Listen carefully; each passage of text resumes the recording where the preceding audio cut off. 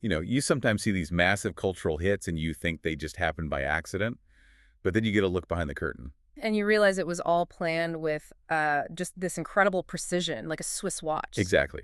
And today we have the ultimate blueprint. We're doing a deep dive into the original creative Bible for an 8-hour sci-fi horror series that was first called Montauk. And this document, it's just a masterclass. It shows you exactly how they plan to fuse this really profound human grief with, like, high concept theoretical physics. So our mission here is pretty simple. We're giving you the ultimate shortcut. We're going to unpack the core concepts, the cinematic DNA, the character profiles. Basically, the entire foundation that made this thing a global phenomenon right out of the gate. The vibe they were going for, it's so specific. They call it an emotional, cinematic love letter to the golden age of Steven Spielberg and Stephen King. I love that. It's that crossroads, right? Where the totally ordinary, everyday life meets the fundamentally extraordinary. Yeah, characters dealing with these very real, very painful human problems who suddenly have to face some kind of, cosmic scientific evil. And it's all anchored in a very specific time and place. Montauk, Long Island, fall of 1980. That setting isn't just for nostalgia, it's absolutely essential to the plot. Okay, so let's start right there. The geography. Montauk is obviously central to this whole thing. Oh, absolutely. It's not just a backdrop. The source material describes it as this quaint, picturesque resort town way out on the eastern tip of Long Island. But it has this hidden history, this scar. Exactly. Camp Hero Air Force Base. And the creators basically decided to weaponize the real-world conspiracy theory that's attached to that base, the Montauk Project. Right, so they're leaning heavily on these real-life claims about Camp Hero. Totally. The base itself was real, established in 1942 to, protect the U.S. coast from German U-boats or maybe an air invasion. But then the Cold War happened. And it becomes something much, much bigger. They expanded it, put in that massive, iconic long-range radar dish. It became a huge focal point for Soviet surveillance. And all that secrecy is the perfect breeding ground for these wild stories. Oh, yeah. The alleged Montauk Project. The stories claim the experiments there were pure sci-fi. We're talking time travel, telepathy, alien contact. Alternate dimensions, mutant monsters, the whole 9 yards. The whole 9 yards. It's this perfect mix of real history and Cold War paranoia. And the story starts in the fall of 1980, just months before the base is shut down for good. Because of, and I'm quoting the blueprint, a mysterious experiment gone horribly awry. And that's it. That's the engine for the whole story. That one experiment gone wrong is the moment the gate swings open. And the incident that kicks it all off is so personal. It's not some huge explosion. It's a young boy, Will Byers, who just vanishes into thin air. And that's the human anchor. That one event just fractures the lives of everyone close to him. His best friend, Mike Wheeler, his brother, Jonathan, his mom, Joyce. And the town police chief, Jim Hopper. Right. And what's so smart is that they quickly realize this isn't a normal crime. Will wasn't just kidnapped by a person, he was taken. By these supernatural entities that were let loose from that experiment. Exactly. These things that exist between dimensions, and now they're starting to feed on our world. So it's not just about finding Will. It's like the town itself is getting sick. The creative notes have this incredible phrase for it. They say the terror between worlds spreads like a supernatural cancer. Oh, wow.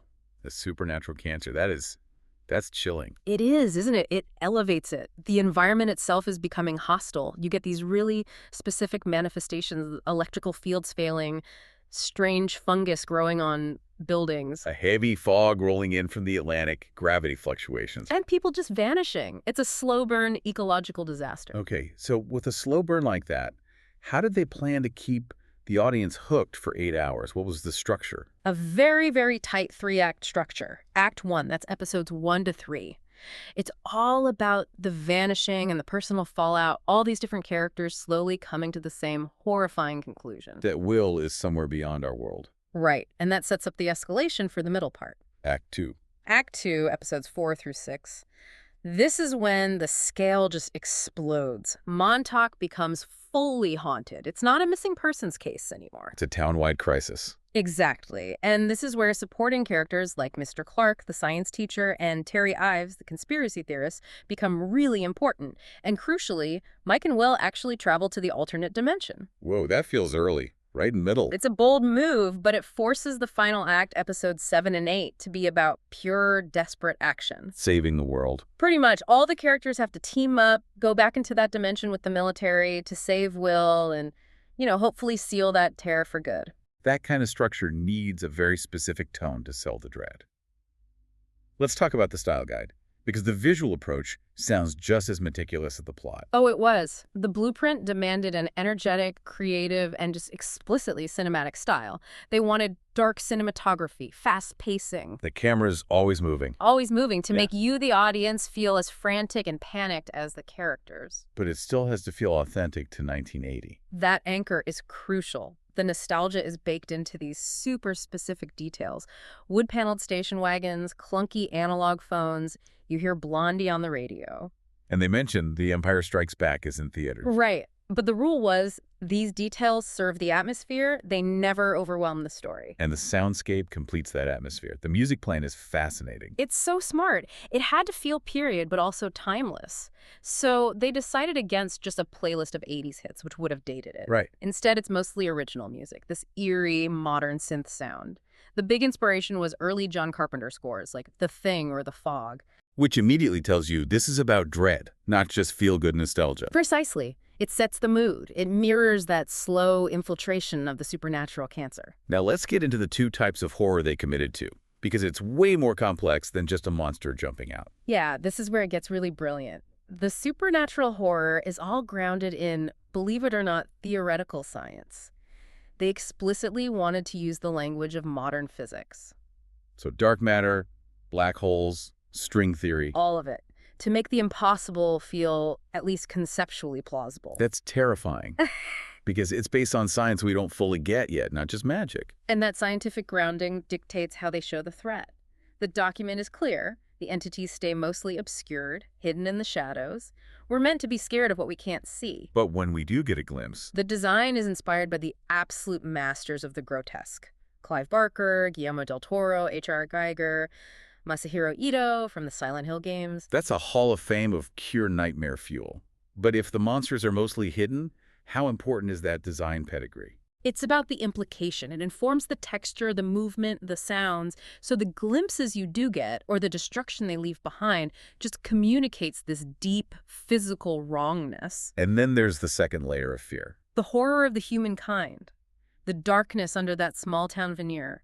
Characters struggling with abuse, divorce, substance abuse, depression. The things people hide from their neighbors. Exactly. It's that internal human struggle happening right as this cosmic evil is leaking into their world. To pull that off, the characters have to feel real, flawed.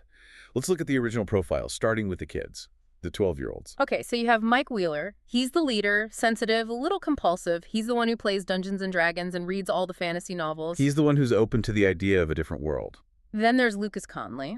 Scrawny, loudmouthed, starts as the funny guy, but he's slated to get darker because his parents are going through this really messy divorce. He's angry. A piece of that human horror. Even the kids, yeah. And then there's the catalyst, Will Byers. The one who disappears. He's sweet, sensitive, and he struggles with the really narrow 1980s definition of normal. He wears colorful clothes to express himself, gets bullied for it. His vulnerability is what makes his disappearance so devastating. And Dustin Henderson, the king geek. Dustin's the logical anchor. Overweight, oversized glasses, but he's stable because, unlike the others, he has supportive parents. He's the one who grounds the mystery in science for the group. Then you have the total outsider, 11. Right, and the blueprint is explicit here. She is the show's E.T., and Mike is her Elliott. Wow. She's an orphan with telekinesis. Her powers are linked to her mother's drug use during pregnancy, and she was part of this whole group of kids, 1 through 10, being experimented on at Camp Hero. So when she escapes, she's the literal bridge between the two worlds. Completely. She has no memory, no context for our world. Let's talk about the adults. Jim Hopper, the police chief. Hopper, early 40s, is just the ultimate broken man. A chain smoker, heavy drinker, and he's using Tunal, a really potent barbiturate from that era, just to numb himself. And it all stems from this incredible grief. The tragic death of his 4-year-old daughter in a car accident. He's completely indifferent to the world until Will's disappearance forces him to care again. And Joyce Byers, Will's mom. Single mother, 2 low-paying jobs, chain smoker. The notes even give her a thick Long Island accent to really root her in the place. But her whole character is about this fierce, unconditional love that makes her fight the impossible. And the kids need a guide, Mr. Clark. The 35-year-old middle school science teacher, the source material calls him the closest thing the series has to Indiana Jones. I love that. Whip-smart, charismatic, he's the one who can explain dimensional mechanics to a bunch of 12-year-olds. And finally, Terry Ives, the guy everyone thinks is crazy. The local conspiracy nut and movie theater projectionist, he's already investigating Camp Hero, so Hopper just dismisses him. But the blueprint sets him up to be this reluctant, crucial hero in the end. It's so clear.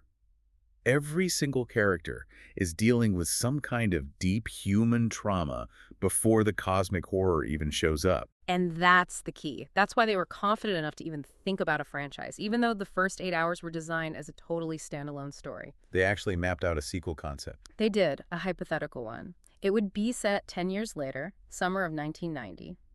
The kids are now young adults. So you age up with the audience's investment. Exactly. They're scattered, new lives, new problems. Many of them have left Montauk specifically to get away from that trauma. So what pulls them back? The simplest thing. The horror just reemerges in Montauk, and that acts like this gravity well. It forces them all to come back home and face the evil they thought they'd beaten a decade ago. So when you synthesize all of this, when you boil it all down, what's the main lesson here? For me, it's just this incredible focused discipline. The blueprint for Montauk was all about balancing high-concept intellectual sci-fi with this very deep, character-rooted human drama. The grief, the trauma. That was the substance, the 1980s aesthetic, the nostalgia. That was just the flavor. The real meat of it was the character struggles and the physics. That distinction is everything, isn't it? Flavor versus substance. Correct. They used the 80s to make you comfortable, and then they shattered that comfort with scientifically grounded terror. So as we wrap up this deep dive into the blueprint for Montauk, let's leave you with a final thought based on that sequel idea. Right. The idea of setting it in 1990 with the kids as these fractured young adults. Think about this. The specific trauma they all shared wasn't just a monster. It was the literal tearing of their town's reality. The place itself got sick.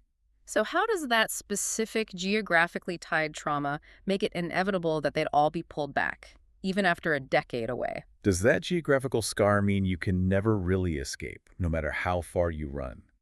Think about how trauma, both human and supernatural, can imprint itself onto a physical place and force you to return to the source of your fear. Something to consider until our next deep dive.